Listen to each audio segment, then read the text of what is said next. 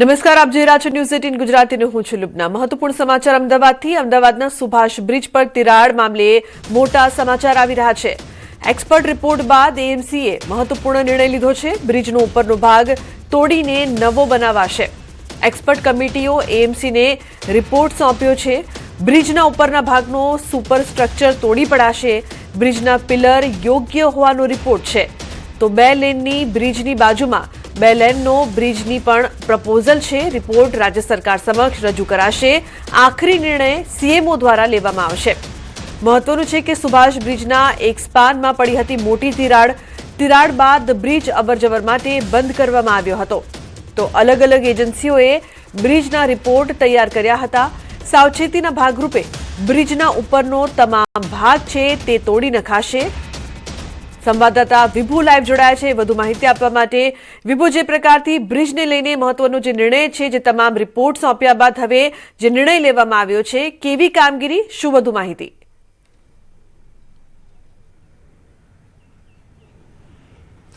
લુબના અમદાવાદનો Subhash bridge છે પૂર્વ અને પશ્ચિમને જોડી રહ્યો છે અને તેના પર તિરાડ પડી ગઈ હતી। ત્યારબાદ આ બ્રિજને બંધ કરી દેવામાં આવ્યો હતો અને અલગ અલગ એજન્સીઓ દ્વારા આ બ્રિજનો રિપોર્ટ છે તે કરવામાં આવ્યો છે અને રિપોર્ટમાં તેઓએ જણાવ્યું છે કે ઉપરનો જે ભાગ છે તે જ તોડી પાડવામાં આવશે। એટલે કે અત્યારે આ દ્રશ્યો જોઈ શકો છો કે આ સુભાષ બ્રિજને બંધ કરી દેવામાં આવ્યો છે। સતત ત્યાં રિપોર્ટ કરવામાં આવી રહ્યો છે। આ જે એજન્સીઓ હતી એ એજન્સીઓ દ્વારા અલગ અલગ રિપોર્ટ તૈયાર કરવામાં આવ્યો હતો, જેમાં મહત્વનો નિર્ણય કરવામાં આવ્યો છે કે આ બ્રિજ છે અને બ્રિજની ઉપરનો ભાગ છે તે સંપૂર્ણ તોડી પડાશે।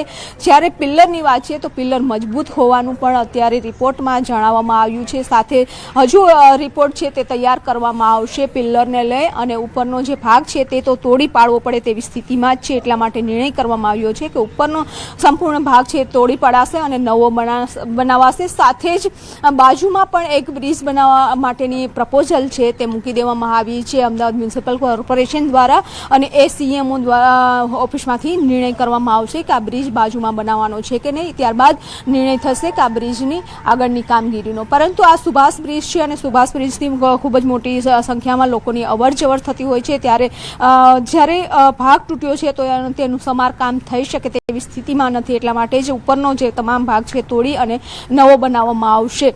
અત્યારે સુભાષ બ્રિજની જે કામગીરી છે તે તપાસ રિપોર્ટ કરવામાં આવ્યો છે અને હજુ પણ હવે આગળની જે કામગીરી છે કે આ બ્રિજને ઉપરનો ભાગ સંપૂર્ણપણે તોડી પડાશે અને ત્યારબાદ નવો બનાવવાની કામગીરી છે તે શરૂ કરવામાં આવશે। એટલે કે હજુ પણ જ્યાં સુધી નવો ભાગ ન બને ત્યાં સુધી આ બ્રિજ છે તે બંધ હાલતમાં જોવા મળશે અને અમદાવાદ વાસીઓએ પણ જે વૈકલ્પિક વ્યવસ્થા છે આવવા જવાની તેના પરથી જ જવું પડશે। પરંતુ કહી શકાય કે જે રીતે આ બ્રિજને 50 વર્ષ થઈ ગયા છે અને 50 વર્ષથી આ બ્રિજ અડીખમ છે, ત્યારે જે ભાગ તૂટ્યો છે, તિરાડ પડી છે, તેનું સમારકામ શક્ય ન હોવાના કારણે એ તોડી પાડી અને નવો જ બનાવવા માટેની પ્રપોઝલ છે તે પણ મૂકી દેવામાં આવી છે। અને ખાસ કરીને આ હવે કોમનવેલ્થ ગેમ આવી રહી છે, એટલે કે બધા ગ્રાઉન્ડ છે તે પણ પશ્ચિમ વિસ્તારમાં જોવા મળી રહ્યા છે, એટલે કે અહીંથી અવરજવર પણ વધી જાય અને સુરક્ષાની દ્રષ્ટિએ પણ આ બ્રિજનું હવે નવું બનાવવા માટેની પ્રપોઝલ છે એ પ્રકારે મૂકવામાં આવી છે। ત્યારે જોવાનું એ છે કે હવે આ બ્રિજ ક્યારે તોડી પાડે અને ફરી નવો એક વખત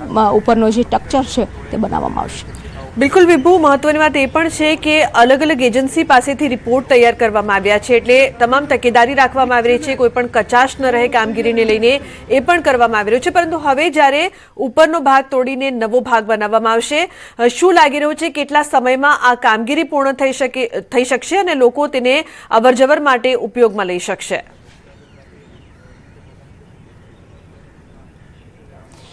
લુબના જે રીતે અત્યારે હજુ રિપોર્ટ જ તૈયાર થઈ રહ્યા છે અને એજન્સી દ્વારા જે રિપોર્ટ આપવામાં આવ્યો છે તેના પર હવે કામ કરવામાં આવશે, કારણ કે રિપોર્ટ ખૂબ મહત્વનો હોય છે। જ્યારે લોડિંગ વાહનો નીકળતા હોય છે, લોકોની અવરજવર થતી હોય છે, તેનો લોડ કેટલો પડી રહ્યો છે તેના ઉપર એક રિપોર્ટ છે તે તૈયાર થતો હોય છે અને ત્યારબાદ આગળનું જે નિર્ણય છે તે કરવામાં આવતો હોય છે। પરંતુ આ જે રીતે સુભાષ બ્રિજ છે 50 વર્ષ થઈ ગયા છે અને એના ઉપરનો જે સંપૂર્ણ સ્ટ્રક્ચર છે તે તોડી પાડવામાં આવશે, એટલે તોડવા માટેનો પણ લાંબો સમય જતો હોય છે અને ત્યારબાદ નવો બ્રિજ બનાવવા માટે આવશે, એટલે કે ખાસો લાંબો સમય સુધી લોકોએ છે તે રાહ જોવી પડશે સુભાષ બ્રિજ ખુલે તેની. પરંતુ સુરક્ષાની દ્રષ્ટિએ ખૂબ મહત્વનો નિર્ણય આ છે, કારણ કે જ્યારે મોટી સંખ્યામાં લોકોની અવરજવર થતી હોય છે ત્યારે સુરક્ષા સલામતી પણ ખૂબ જ મહત્વની હોય છે, એટલે કે જે નીચેનો ભાગ ખાસ કરીને કહી શકાય કે જે પિલ્લર છે એ પિલ્લર હજુ પણ ખૂબ જ મજબૂત છે અને તેના ઉપર ફરી એક વખત નવું આખું જે સુપરસ્ટ્રક્ચર તૈયાર થાય તો પણ કોઈ મુશ્કેલી નહીં સર્જાય તેવો અત્યારે રિપોર્ટ છે તે તૈયાર કરવામાં આવ્યો છે. એટલે કે ખાસ એવું લાગી રહ્યું છે કે હજુ લાંબો સમય છે તે જશે, હજુ રિપોર્ટ છે તે સોંપવામાં આવ્યો છે અને રિપોર્ટમાં એવું કહેવામાં આવ્યું છે કે આ ઉપરનો જે ભાગ છે તે તોડી પાડી અને નવો બનાવવો પડશે.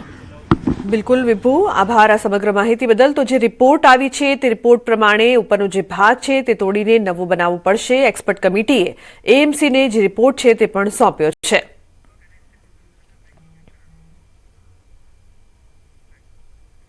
અન્ય સમાચારની વાત કરીએ તો સુરેન્દ્રનગર અને વઢવાણમાં ઈડીનું સર્ચ પૂર્ણ થયું છે. મોડી રાત સુધી ચાલ્યું હતું સર્ચ ઓપરેશન. સર્ચ ઓપરેશન બાદ મોડી રાત્રે ટીમો રવાના થઈ. જિલ્લા કલેક્ટર ડોક્ટર રાજેન્દ્રકુમાર પટેલના સરકારી નિવાસસ્થાને ગઈકાલે વહેલી સવારથી સર્ચ ઓપરેશન શરૂ થયું હતું. અંદાજે 16 થી 18 કલાક કલેક્ટરના સરકારી નિવાસસ્થાને હાથ ધરાયું છે સર્ચ ઓપરેશન. વઢવાણમાં નાયબ મામલતદાર ચંદ્રસિંહ મોરી, સરકારી કર્મચારી મયુરસિંહ ગોહિલ, રતન પર રહેતા વકીલ ચેતન કણઝરિયાના ઘરે પણ અન્ય ઈડીની ટીમો દ્વારા સવારથી સરપ્રાઇઝ દરોડા પાડવામાં આવ્યા હતા.